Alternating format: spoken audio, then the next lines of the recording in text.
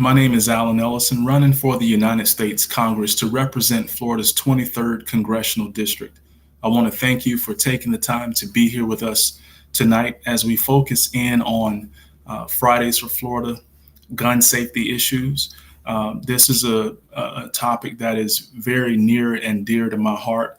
It's something that I know impacts us all in some kind of way. I know that there are people that have lost loved ones due to gun violence. And I wanted to tell a story about my experience with gun violence and why I am the strongest candidate on making sure that we have gun safety legislation to keep our families safe. When I was about 10 years old, my cousin, who I love dearly, was a victim of gun violence. He was beaten so severely that he was disfigured from a gun. His face was so disfigured that whenever I went to the funeral as a 10-year-old, I walked up to the casket, and when I looked at his face, it was so traumatizing that I never went to another funeral for the next 28 years. The next funeral that I went to, it was also because of gun violence. To date, I have lost two nephews to gun violence, one that I buried about 2 months ago in New Jersey. I've lost an uncle to gun violence, and I've lost a cousin. And the thing is that these are deaths that you can't just get beyond, because these are not people dying of old age and natural causes. These are lives that are taken suddenly because of gun violence. And it's just something you can never really get over. And so the thing is that we have to be able to recognize that every life is precious. We have to be able to recognize that whenever the threat of loss of life is present, and there are laws that give you the right to own guns, we have to understand that life is always more precious than the right to bear arms. Now, I'm the kind of person where I respect sensible gun ownership. I'm the kind of person who respects those who have guns and they own them responsibly and do all of the necessary things to make sure that they are keeping those guns in safe places away from children, making sure that they are not in a place where someone could just grab them easily and do horrific acts on other people. So I respect a person's Second Amendment to bear arms. But I need to say that we live in a gun culture where it's praised so much to have guns, and people are just literally taking lives. It seems as if it's taking lives each and every day, each and every week. Families are having to deal with the loss of a loved one.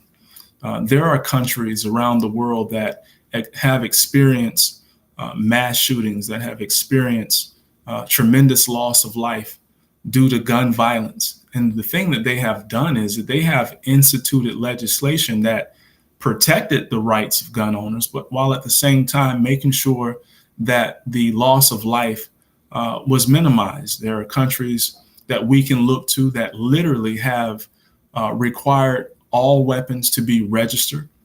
There are countries that have implemented policies to make sure that each and every gun that is sold, that there is a general liability insurance requirement. And we see that these things have actually reduced the number of lives that have been lost.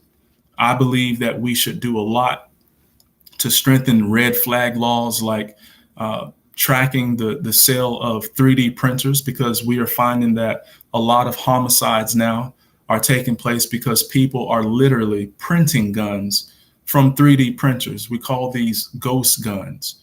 And so we need to be able to track that to make sure that people are not bypassing the system and getting access to guns. I know that there is arguments whenever gun legislation talk comes up, and people say, well, what about Chicago? Chicago has the strictest gun laws in the country, and they have some of the highest rates of homicide. The truth of the matter is that unless we have universal background checks that go across the country, we're going to always have people bringing guns illegally in from other states that don't have strict gun laws into places that do. And this is what we're finding out. So whenever you hear someone try and detract from the argument by saying, what about Chicago? Over 60% of the homicides that take place in Chicago are guns that came in illegally from neighboring states and neighboring cities. And so we need to make sure that there is at least universal background checks. We need to make sure that people understand that literally it's about looking out for one another. And I always say, being patriotic doesn't mean who can hoard the most guns. Being patriotic doesn't mean who can fly the most flags.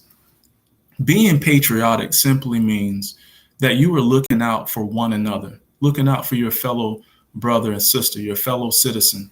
That's what being patriotic is about.